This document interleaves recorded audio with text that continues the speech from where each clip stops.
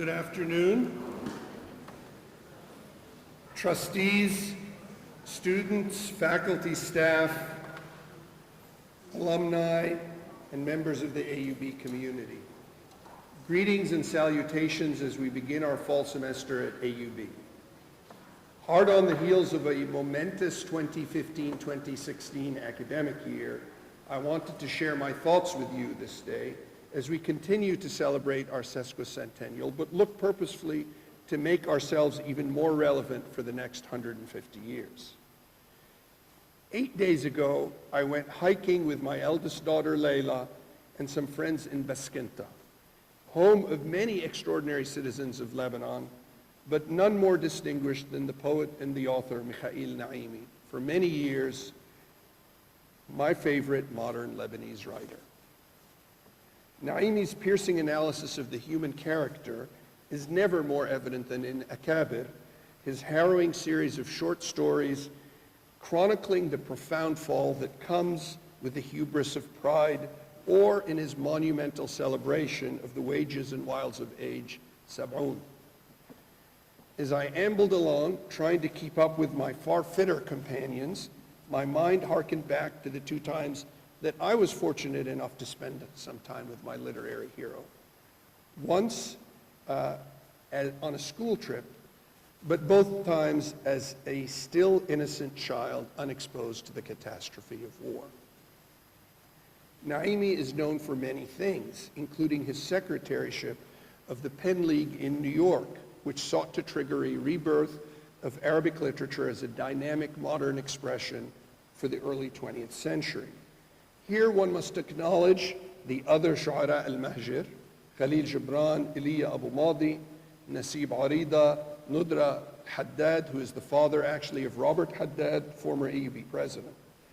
Naimi might have bristled at the greater acclaim attained by the inspiring but esoteric president of that Pen League, Khalil Gibran, but together they served the extraordinary explosion of Lebanese and Arabic poetry and literature that was the late Arab reawakening. They served it with wit, with wisdom, with determination, and yes, with dignity. On my two visits with him in his modest mountain home, once with my IC class, and once far more poignantly with my father when I had no idea we were going to visit Naimi a few years later, I realized that he meant much more to me than just an inspirational leader of an erstwhile literary movement. Quite simply, it was Naimi's writing that connected me with the Lebanese culture and the Arabic language in a manner that balanced my early love of American and English poetry and music. And 8 days ago, it was moving to read the words of serene and pious acceptance on Naimi's grave, as inspiring as it had been sit across from the great man in the presence of another great man, my father, the late Raja Khoury, to hear them converse about their shared bond in the country they both had loved and had willingly returned to, as many of us today have returned. Even at the age of 11, grateful as I was to my father for this stunning opportunity to meet personally with Naimi, I gleaned that shared bond of service to the motherland and to the Arab world beyond. Most importantly, to the people. That day, it was particularly poignant for me to listen to Naimi's thoughts, his beliefs in his compatriots and in his fellow man. This was not a surprising conversation from my knowledge of my father, as he was an incurable optimist, a true believer in all of our better qualities. But Naimi was, at least on the page, something different entirely. His biting wit, after all, had spared few, not only Gibran, but Akabir's bracing tales spoke of a seasoned man whose cynical observations of the foibles of all of us lesser humans were rapier sharp. That Naimi was not in evidence that day more than 40 years ago in Mount Lebanon. And the gravestone that I visited 8 days ago said as much. The words in Arabic were simple, beautiful expressions of a faith that I gleaned to be at once non-denominational but profound. طفلك أنا يا ربي وهذه الأرض البديعة الكريمة الحنون التي وضعتني في حضنها ليست سوى المهد أدرج منه إليك. In English, it means simply, your child I am, my Lord, and this land, magnificent, generous, tender, in whose bosom you have placed me, is nothing more than the cradle from which I gradually journey to you. My apologies for my imperfect translation. The conversation I heard that day, many years ago, and the lesson I will share with you now, was a simple message of service to others, of service to those more needy and less fortunate. That day, at the age of 11, I discovered that whatever I wished to do with my life, I was determined to be of service to my fellow man and to my fellow woman, of course. Today, assembled before you are 24 individuals of service, full professors at a great university, AUB. Our most senior faculty, senior in rank and senior in service, who have combined to give AUB, by the end of this academic year, at least 40 years or more of their careers. Combined, their service exceeds 1,000 years of service at this great port of knowledge.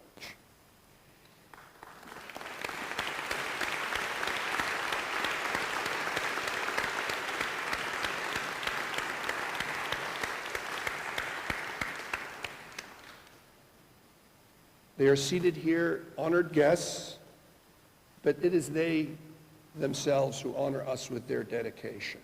Their example continues to inspire us today. We would like to present the certificates to our senior faculty, first of all, with 40 or more years of consecutive service to the AUB. If you could please come up, and we will hand you, assuming that I have them, your certificates of appreciation.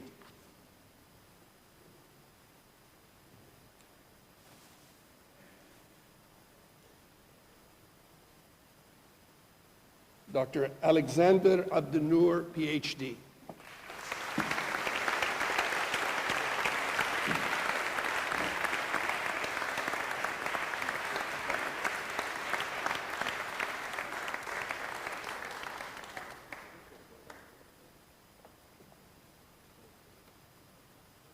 Dr. Helga Seiden, PhD.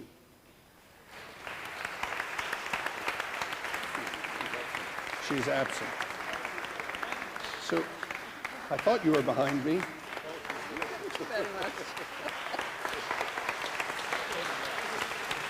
Helga. Okay.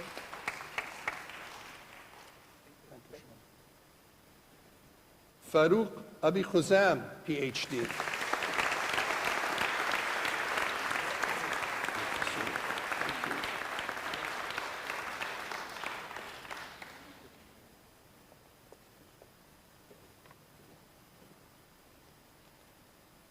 Dr. Muhammad Zuhair Habbal, PhD, who is, I believe, not here today.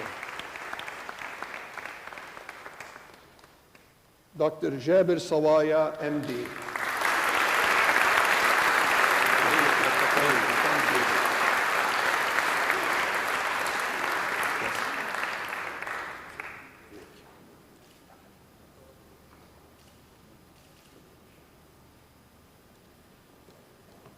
Professor Murad Jordak, PhD.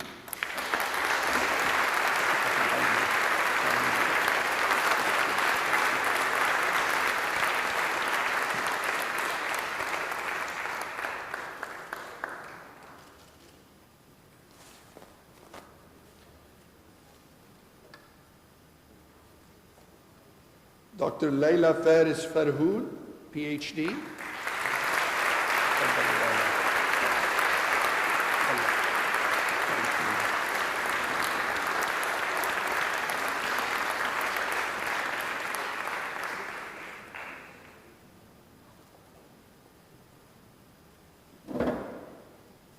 Professor Nasir Sabah, PhD.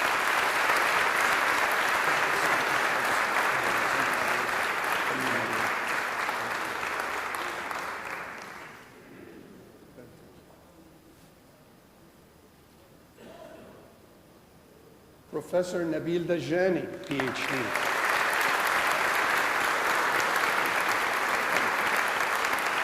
Overdue.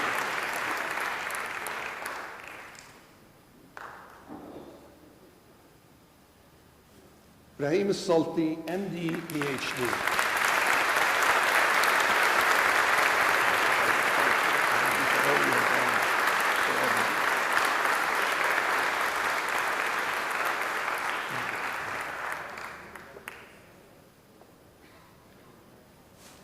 Professor Georges AUB, PhD.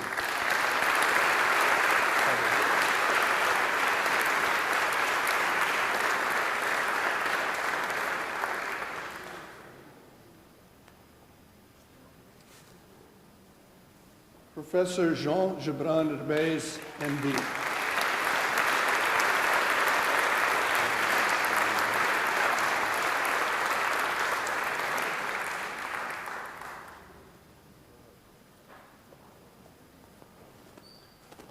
Professor Adil Berberi, MD.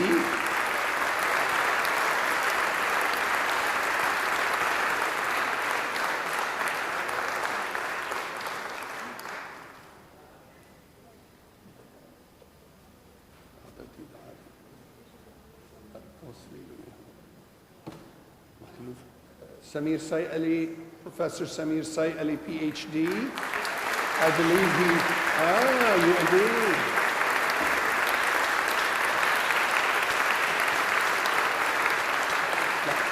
Samir Sayyali. لخبطني لك انت وهذا. We will switch.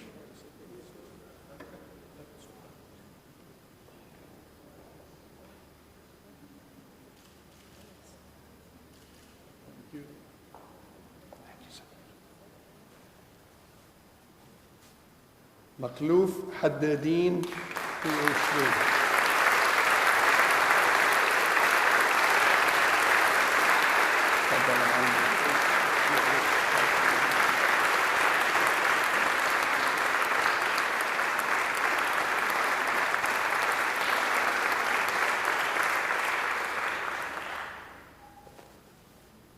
Professor Munir Bashur, PhD.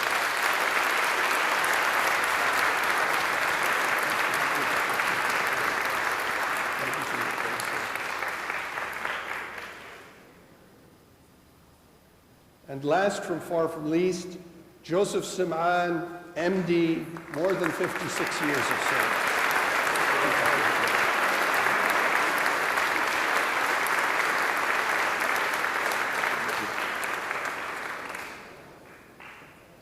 I'd now like to present the certificates to senior faculty who have returned to AUB and accumulated more than 40 years of cumulative service to the university.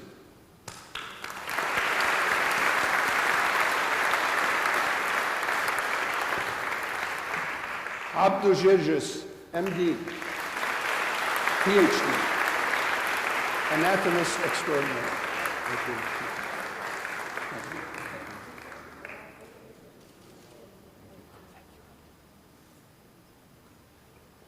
Shukrullah Zainoun, MD, could not be with us, but deserves applause nonetheless.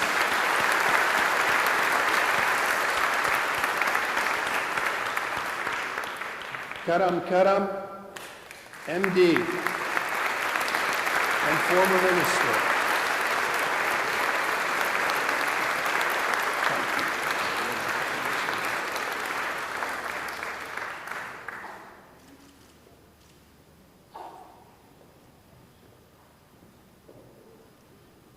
Tarif Al-Khaldi, PhD, who hates these occasions but is more than deserving of our recognition.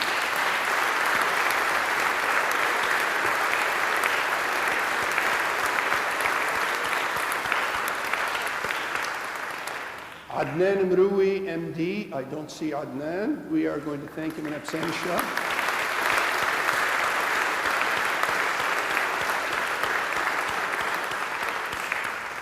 Samir Khalaf, PhD.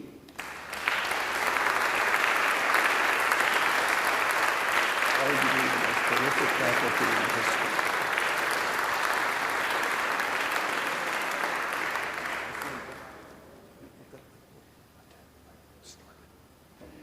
And last, far from least, Professor Adib Saad, PhD, former Dean.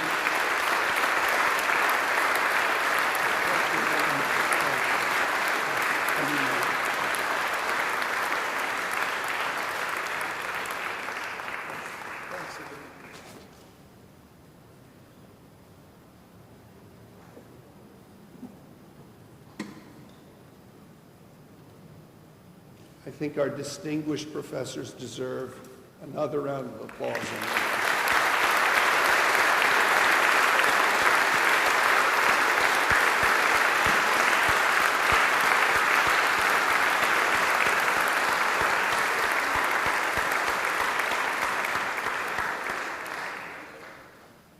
Service and not glory drove these extraordinary individuals.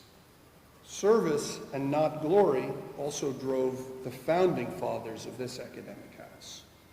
The famous words of Daniel Bliss that were displayed at this year's graduation resonate. We were not anxious to appear great, but we were anxious to lay foundations upon which greatness could be built. Mainly, we, the AUB faculty, the students, the administration, the community, we serve our students and our patients. But the university also provides extraordinary educational opportunities for the children of our faculty and non-academic staff that could be unaffordable in the economic storm that is hitting the Arab world, among many other important tasks of service. But what, you may ask, is the epitome of service? In my humble view, it is the surrender of entitlement in order to do good for those in greater need. And who are those in greatest need, we might all ask? The students, whose families may not be able to afford the ever-spiraling cost of a college education? The patients and their families who come to our extraordinary medical center and search for hope, for answers, for relief from pain, from suffering, and from overwhelming anxiety? The citizens of our war-torn Arab lands who look to this university for hope, for sustenance, for an example that they can hold on as they grasp hope for a better day. Indeed, on our own threshold, we are witnesses today of the most crushing humanitarian crisis in the world. 1/3 of this country's inhabitants have been torn from their homes in Syria, in Palestine, and in Iraq alone. That gives Lebanon the highest per capita population of refugees anywhere, and our region hosts no less than 40% of all of the world's refugees. We are witnesses, but we at AUB are not bystanders.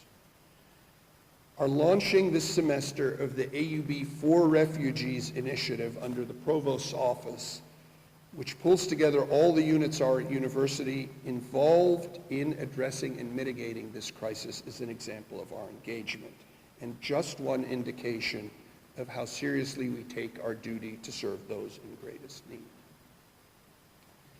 Daniel Bliss had also said, and here I'm going to paraphrase, that men of various religions and diverse faiths or no faith could attend this college without ever having their own faith questioned, but that they would leave it knowing exactly what the founding fathers thought. And so it is only fair that after a year here, that the students, the faculty, staff, the alumni, and certainly the board of AUB should know what I and our administration believe, and those things which we do not and cannot believe. This institution cannot, nor does it seek to replace or redress the role of the government of Lebanon, and we therefore cannot apply salves to all of life's misfortunes, challenges, and wrongs. We can lend an arm, but we cannot fix everything. As a private, secular educational institution placed in the Levant, in the words of Bliss, to lay foundations upon which greatness could be built, we believe that the honor of caring for others in the medical and nursing professions must be earned by example, by humility, by sacrifice, by application, and by knowledge. It's a gift to be able to serve those less fortunate. And to those whose arrogance reinforces their view that technical clinical excellence obviates the needs for humility and humanity and mitigates the obligation to serve those less fortunate, AUB does not owe the honor and the opportunity to practice at our extraordinary institution. Education and aid, financial or otherwise, are a privilege given wholeheartedly by generous men and women of service, in this case many of you and many others beyond. That gift is a privilege and an honor, and it is not exclusively earned through scholastic excellence, but through sacrifice and sustenance of character and of giving.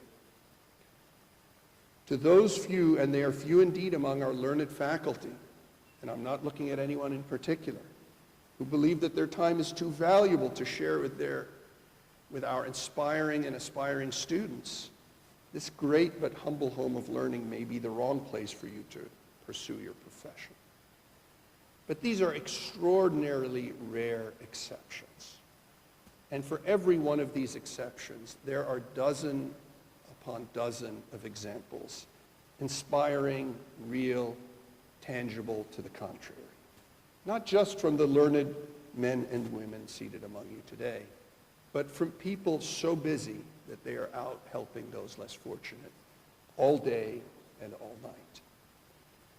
What drives a young woman still in the dawn of her faculty life to risk her promotion and her academic potential in order to mentor and advise students whose need to finish on time is driven by family, financial, and career imperatives so urgent that they cannot wait for another semester?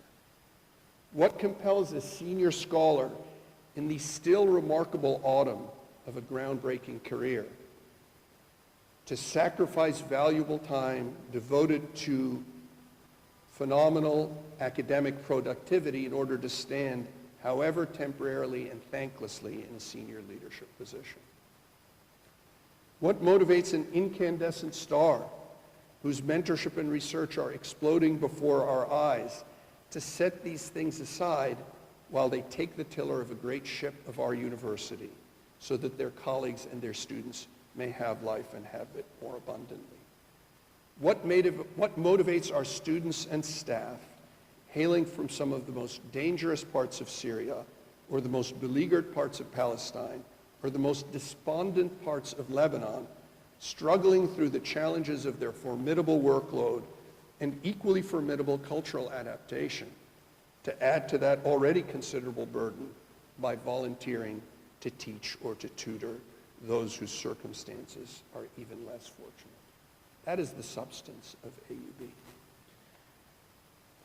In his novel, The Book of Mirdad, Mikhail Naimi's protagonist says, "Often you shall think your road impassable, somber, and companionless. Have will and plod along, and around each curve you shall find a new companion." College and university are actually the greatest opportunities many of us will encounter to gain the companions of a lifetime. This is true of faculty, students, and staff, and alumni, perhaps even trustees. Seize this chance while you are at AUB, whether you are a member of our busiest research unit or our most humble unit of service. Friendships are important and they are sustaining. Because in this time of great, turbulent, and occasionally terrifying change, as evidenced by the contemptible acts of savagery at sister institutions like the American University of Afghanistan and the many worthy universities in the Arab world, which struggle daily through a series of daunting challenges, perhaps even more formidable than ours, at a time where even the most powerful nations are beset by inequality and embroiled in ugly debates laced with the poison of nativism and, yes, racial superiority, it is left to us in the Academy to recommit ourselves to the original ideals of service, To honor and reinvigorate that service, a few short moments ago, at least I hope it was a few short moments ago, we recognized the enduring commitment of our long-serving faculty, as we did a few months when we recognized the commitment of our long-serving staff. It is important to honor all the members of our community. But as we acknowledge these illustrious servants of the university assembled today with more than 1,000 years of service, we have to renew our purpose and undertake a bold new strategic plan for the university. This plan, which we started to preview with our board and our faculty and staff over the last few weeks, along with our students, has to be interdigitated with a sustainable, economically, intellectually, and environmentally well thought out campus master plan. It has to become the underpinnings of a campaign that we can take as ambassadors of AUB. And the goals of that campaign have to be nothing less than to examine our university's relevance in service, in education, and in research, to renew that relevance and ensure that relevance for generations beyond and those beyond them is more powerful and poignant than ever. And we have to do this in an unapologetic vein in a great age of irrational danger, when we can look to the words of determined hope that Naimi said that speak well to us on campus, when he said, "I fight, but not your neighbor. Fight rather that all things that cause you and your neighbor to fight. And fight not for glory, but fight rather to serve. And serve we will, as we have from 150 years ago until today, and for the next 150 years and beyond." So I close in thanking all of you who came here. A special thanks to our board, who have traveled far and wide, to our administrative leadership and deans, to our faculty and staff and students, not for all the work that you have done, but rather for all the work that we are all yet to do together. So thank you. Go forth in peace and in purpose to try to leave the world a considerably better place than that which you came into. Thank you very much.